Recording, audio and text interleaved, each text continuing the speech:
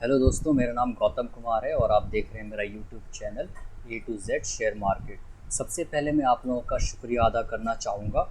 आप मेरी किताब को पसंद कर रहे हैं और मुझे बहुत खुशी हो रही है कि मैंने कुछ ऐसा लिखा है जो आप लोगों को आज तक पसंद आ रहा है। इस यूट्यूब चैनल पर वीडियो बनाने का मेरा मकसद सिर्फ इतना सा है कि कुछ ऐसे टॉपिक्स हैं जिसको लेकर बहुत सारे लोग कंफ्यूज रहते हैं, उनको समझ नहीं आता। तो मैंने कुछ ऐसे इम्पॉर्टेंट टॉपिक को सेलेक्ट किया है और आने वाले वीडियोस में हम उन टॉपिक्स को सीरीज़ बाय सीरीज़ समझेंगे। तो इस टॉपिक पर हम सबसे पहले शुरू करेंगे ट्रेंड।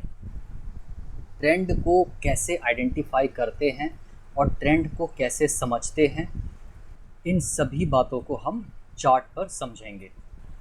ये हमने चार्ट ले लिया है, निफ्टी का चार्ट है 10 मिनट का। आप किसी भी टाइम फ्रेम का चार्ट ने मैटर नहीं करता है। सबसे पहले आपको समझना ये है कि एक पुराना जो एक ढर्रा चला आ रहा है, एक तरीका चला आ रहा है ट्रेंड को समझने का, वो क्या है। ज़्यादातर लोग ट्रेंड को कैसे समझते हैं कि अगर stock higher high higher high higher high बना रहा है, ये हाई हो गया, ठीक है, ये हायर हाई हो गया,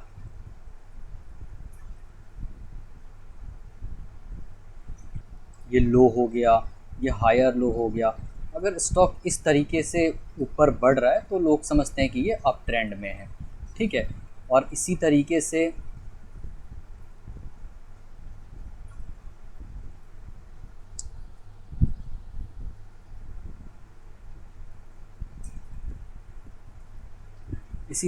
अगर stock lower high lower high lower high बना रहा है, जैसे ये हो गया हाई, ये हो गया लोअर हाई, ठीक है, ये लो हो गया, ये लोअर लो हो गया, तो लोग समझते हैं कि ये डाउन ट्रेंड में। लेकिन प्रॉब्लम तब आती है जब आप यहाँ पर चार्ट को देखेंगे तो आपके लिए लाइव मार्केट में या वैसे भी एनालिसिस करना बड़ा मुश्किल हो जाता है कि ये किस ट्रेंड में है। यहाँ पर आप देखिए,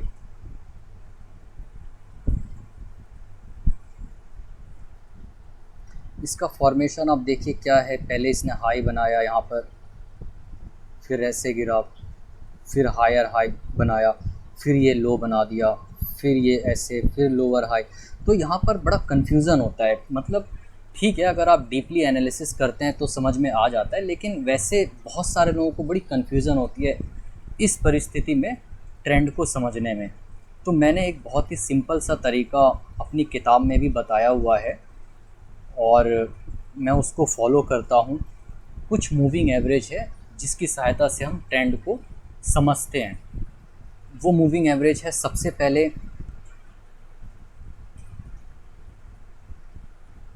पहले है आपका 34 मूविंग एवरेज, ठीक है। उसके बाद है आपका 55 मूविंग एवरेज, उसके बाद है 89, फिर है 124 और फिर है 233, यानी 233। कई ट्रेडिंग प्लेटफॉर्म पे 233 मूविंग एवरेज जो है उसका ऑप्शन नहीं आता है, तो आपको घबराने की कोई ज़रूरत नहीं है। आप उसकी जगह पर 200 का भी यूज़ कर सकते हो, ठीक है। तो कोई प्रॉब्लम नहीं है इसमें, ये भी सही है और ये भी सही है। तो जब हम इन मूविंग एवरेज को लगा लेते हैं अपने ट्रेडिंग प्लेटफॉर्म पर, तो यहाँ पर आप देख सकते हो बहुत ही आसानी से समझ में आता है कि स्टॉक किस ट्रेंड में है, अप ट्रेंड में है या स्टॉक डाउन ट्रेंड में है। अभी तो फ़िलहाल अप ट्रेंड में ही है। यहाँ पर हम देखते हैं,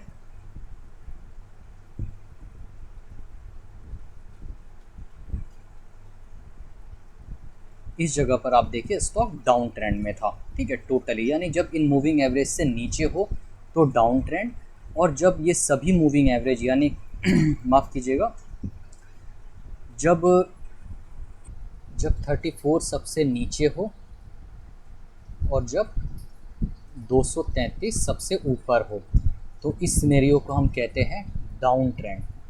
ऐसे ही जब हम यहाँ पर देखते हैं स्टॉक को, जब 30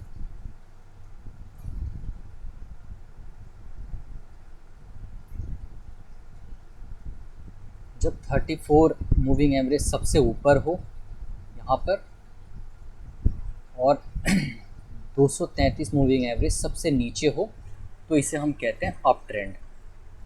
ये आपका सिनेरियो हो गया अप ट्रेंड का, ठीक है।